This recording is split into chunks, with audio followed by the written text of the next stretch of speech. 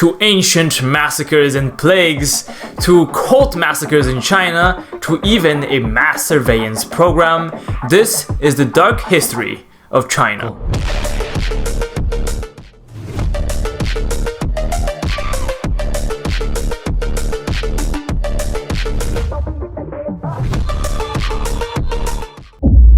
The Guangzhou Massacre. It all began in 1874. It was a period of tumultuous chaos in China. At that time, there were disasters, tsunamis, floods that killed the crops and caused mass famine. And hungry people leads to angry people. And anger fuels rebellion. One of the rebellion was a rebellion of Guangzhou. And in 1878, after raiding the heartland of China, he arrived in Guangzhou. Muslim scholars estimate that when he arrived, he massacred over 120,000 to 200,000 foreigners in that city. As well, he destroyed the export of China like mulberry groves. Afterwards, he left. His reign of terror would finally be put to an end by a Chinese-Turkish general by the name of Li Keyong, and he would end his reign of terror in 1883. The Manchurian Plague. The Manchurian Plague began in 1910 and would cause massive devastation to China. It all began when the British and the Americans demanded China for more fur, and the Chinese obliged. The fur that was hunted was the Tarmagot marmots in Manchuria, and the secrets about these little beasts were that they contained plague inside of them, and after hunting them, they would release the plague. If it's true it began in Manchuria, this plague slowly began to spread. It was spread all the way to the Heilongjiang province of China and eventually reached Harbin after 1 month of spread. The months after, it would spread to the Shandong province and would threaten the entirety of China. The plague began in September, but by December, the Chinese actually acknowledged that it would be a threat and started to do actual measures to prevent the spread of this plague. They did multiple measures like quarantine and mass incineration of people who were infected by the disease. Some administrators in different provinces started doing also xenophobic practices to try to reduce the spread.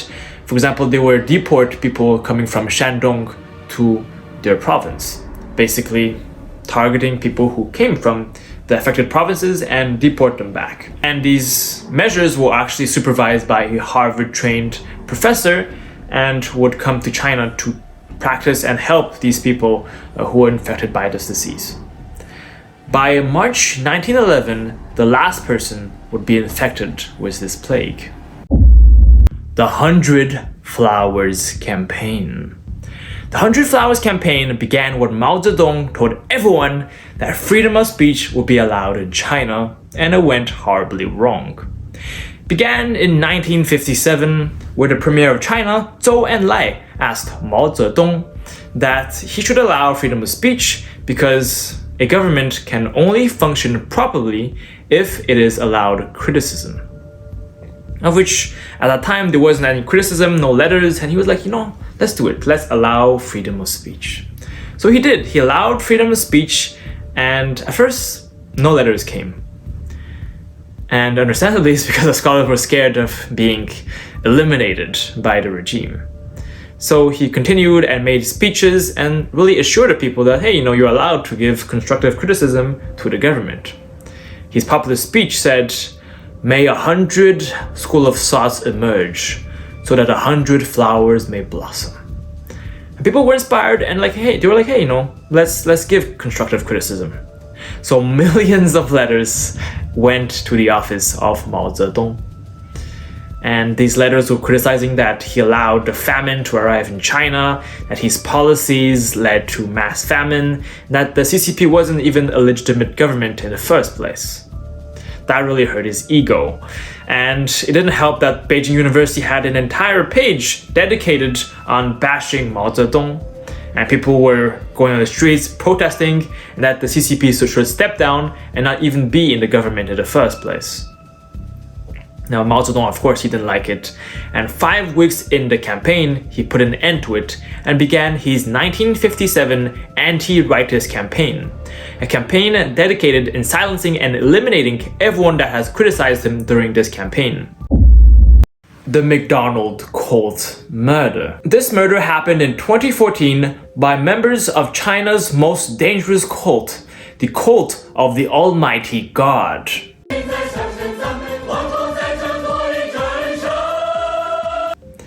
The cult began in 1991, where a man by the name of Zhang Weibing believed that his wife was the reincarnation of the Christ. And if you know a little bit about Christianity, you know that when the second arriving of the Christ meant the end of the world. And because he believed that his wife was the incarnation of Jesus Christ, well, he believed it was the end of the world. And he believed that the end of the world was a time of good against evil. He believed everyone in his cult was good and everyone else was evil. From that pessimistic point of view, well, his cult committed brutal acts. In 1998, his cult committed robberies and assaults on many people in the Henan province. In 2004, he kidnapped 34 evangelicals and tried to force to convert them to their cult. In 2012, they participated in the 2012 Mayan revolts. And in 2014 would be the McDonald Cult murder. It all began when members of the cult entered a semi-empty McDonald's on 2014. They went and asked people for their phone number so that they could try to convince them to join their cult. That was when this lady refused to give them her phone number. The cult members grew increasingly angry, and one of the cult members fainted like she was a demon, and she acted like she was being possessed, and that her refusal was a sign of evil, and she just started acting erratically. Other members of the cult believed her and believed that this woman was a demon and started harassing and beating her. And eventually ended up in a brutal CCTV clips, and many Chinese netizens have been horrified, and also horrified that no one really reacted and it didn't do anything to prevent this murder. Eventually, they would be convicted of life sentence and death sentence in the Shandong province of China. Project SKYNET. Project SKYNET is a series of mass surveillance projects by the Chinese Communist Party that has massive Orwellian devastation on the Chinese people. Now, it all begins in 2013 with Project Sharp Eyes. Project Sharp Eyes is a mass surveillance project that is about installing cameras so that it covers 100% of the public space in China by 2020. And this project, well, it started with 28,500 cameras in the Pingyi province, the Pingyi county of the Shandong province. And it became so extensive that even poor villages have at least 6 cameras. We're talking about like the farmland where there's like absolutely no one. There's 6 cameras minimum. The second project is the Golden Gate Project. This project is where the Ministry of State Security collects data on its citizens, collects who are their family members, and also collects their criminal history. The third project is maybe one of the most traumatizing projects. It's called Safe Cities. This is probably the project used for the social credit system. It has an AI recognition software. Apparently this AI recognition software is developed also by Huawei, and it is extremely powerful. You can recognize your face and know where you are, and especially with the face recognition, it becomes quite difficult to ignore this technology.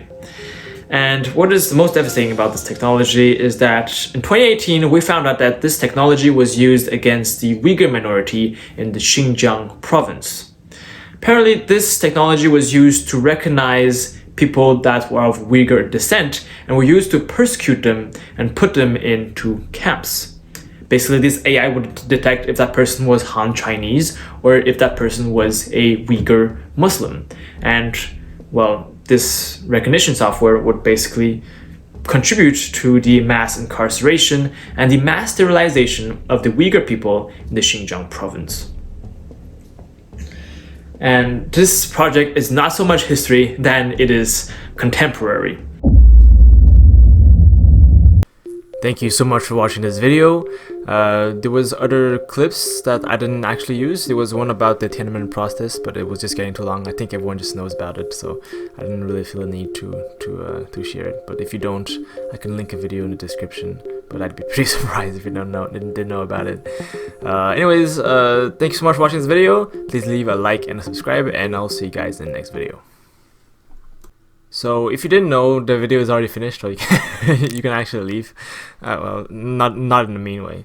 But this last part is more for creators, because I found myself to be very, very perfectionist in making these kinds of videos, and this is like some sort of therapy, because like, you know, I want to put out my failures as well.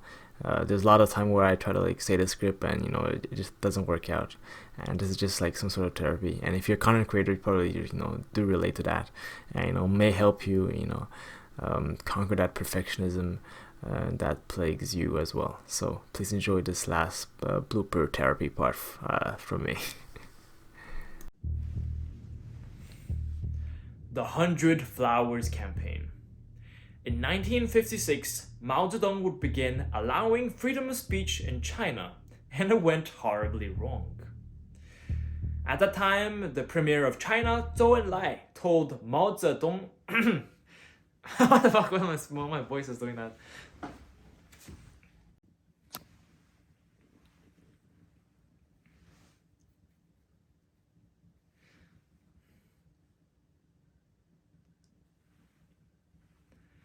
The Guangzhou Massacre.